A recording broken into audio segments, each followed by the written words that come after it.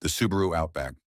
It's not just a car, not just a wagon, and definitely not just another SUV.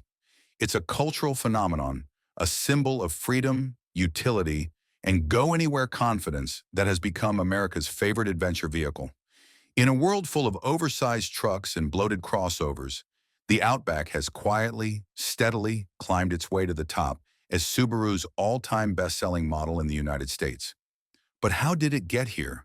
What makes it so beloved? Why do so many people swear by it? From Portland hikers to New England families and everyone in between. Buckle up because we're going to take a ride through nearly 3 decades of Subaru Outback history, and it's one wild all-wheel drive journey. It all began in the mid-1990s. Back then, the SUV craze was taking off. Americans wanted bigger vehicles, higher seating positions, and something that could handle a muddy trail or a snowy morning. Subaru, known mostly for quirky wagons and compact sedans, needed an answer. They didn't have a true SUV yet, but they had the legacy wagon. So they took that wagon, raised it up, added body cladding, gave it a more rugged face, threw on some roof rails, and slapped on a name that would become legendary, Outback. And then, just to make sure people noticed, they hired Paul Hogan, yep, Crocodile Dundee, to sell it in TV ads. The result? Instant success. The Outback didn't pretend to be a truck. It didn't need to. It was the world's first sport utility wagon, and that was more than enough.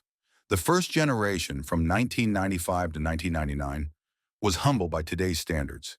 It had a 2.2-liter boxer engine with 135 horsepower, later replaced by a 2.5-liter with 165 horses. Power was sent to all four wheels, of course, through a 5-speed manual or 4-speed automatic. Inside, it was a legacy through and through, but it offered heated seats, leather upholstery, and a weather package that came in handy for those brutal northern winters. The exterior? Chunky bumpers, two-tone paint, fog lights, and just enough attitude to say, "Yes, I'll get you to the trailhead." But it wasn't just for the outdoorsy types.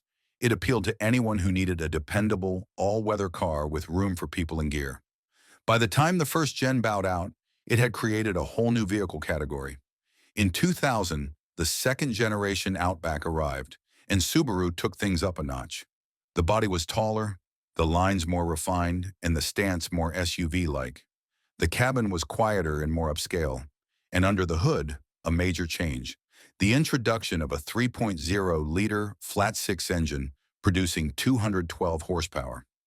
This H6 engine powered high-end trims like the LL Bean Edition and the Outback VDC, which came with Subaru's first real stab at electronic stability control. The VDC, or Vehicle Dynamics Control, helped make the Outback feel more secure on slick roads and twisty back highways. The Macintosh stereo system was a nod to audiophiles, and the rear seats folded down to expand cargo space. Subaru was no longer content just being practical. They wanted to be premium, and with this generation, they were getting there. By the time the third generation launched in 2005, the Outback had shed its scrappy underdog image and stepped fully into the spotlight. The design was sleeker, the ground clearance was higher, now up to 8.4 inches, and Subaru was ready to chase the performance crowd. Enter the XT. This turbocharged Outback came with a 2.5-liter, flat-4 making a grin, inducing 250 horsepower. It was quick, fun to drive, and surprisingly agile for a tall wagon. But if turbocharging wasn't your thing, the naturally aspirated 3.0-liter flat-6 returned for a smoother, more luxurious ride. Inside, things kept improving. The layout was cleaner, with better materials and a more refined look. Dual-zone climate control, a power sunroof, leather seats, and available GPS navigation made it feel downright sophisticated. Oh, and there was an Outback sedan too for a little while. But buyers weren't exactly clamoring for a lifted four-door, so that variant quietly disappeared by 2007. No one really missed it.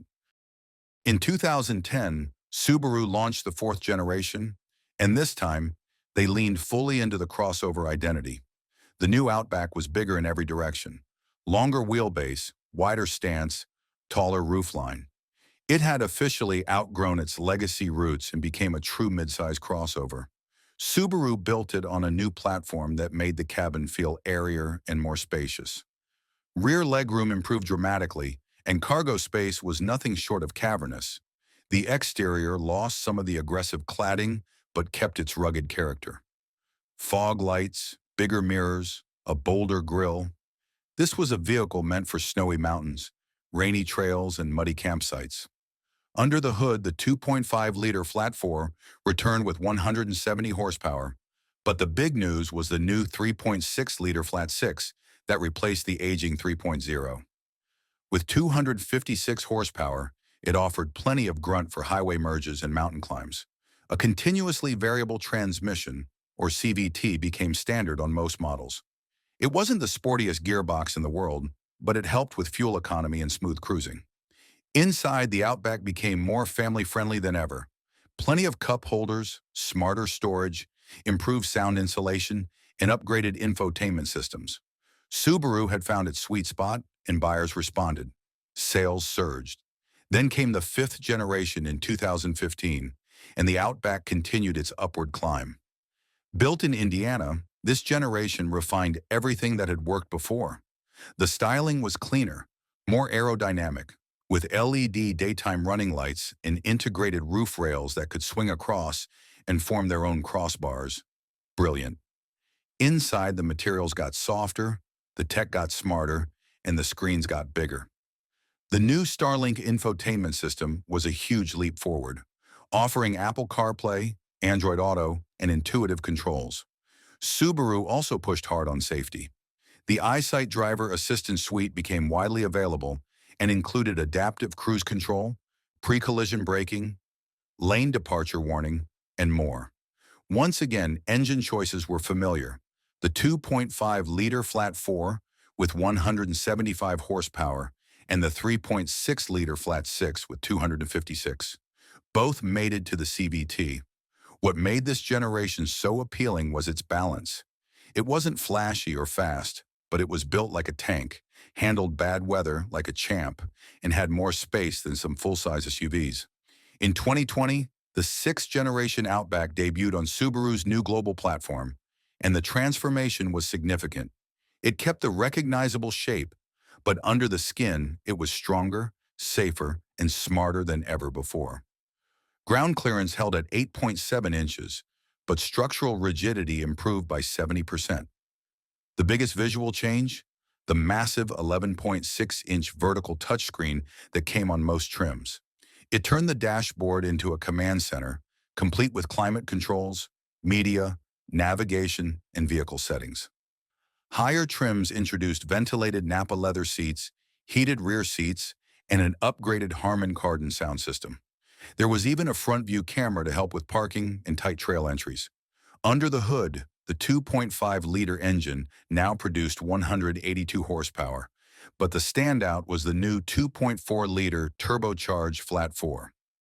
Making 260 horsepower and 277 pound-feet of torque, it replaced the old flat six and delivered better performance with better fuel economy. But then, Subaru took it even further.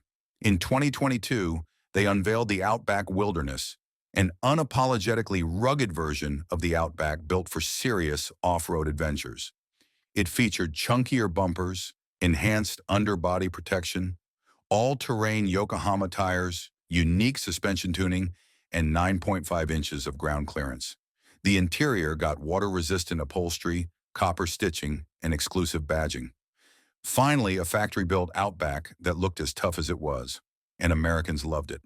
Wilderness sales exceeded expectations and drew in a whole new wave of outdoor enthusiasts. Now, as we approach the next chapter, Subaru is preparing to launch the seventh generation. While details are still emerging, expectations are high. A refreshed design, updated safety tech, and maybe even a hybrid or electric version are on the horizon. But one thing's for sure, the core of the Outback isn't changing. It'll still be practical, still versatile, still ready to handle snow, sand, mud, and Monday morning school drop-offs. After all, the Outback has always been about balance. It's not the fastest, it's not the flashiest, but it just works, and people trust it. 2 million Americans and counting. So whether you're loading up camping gear, braving a blizzard, hauling mulch, or just taking the dog to the park, the Outback is always up for the ride. It's part wagon, part SUV, part legend. It's the vehicle that turns Subaru into a household name. And in a world that keeps changing, one thing remains the same. The Outback shows up every time.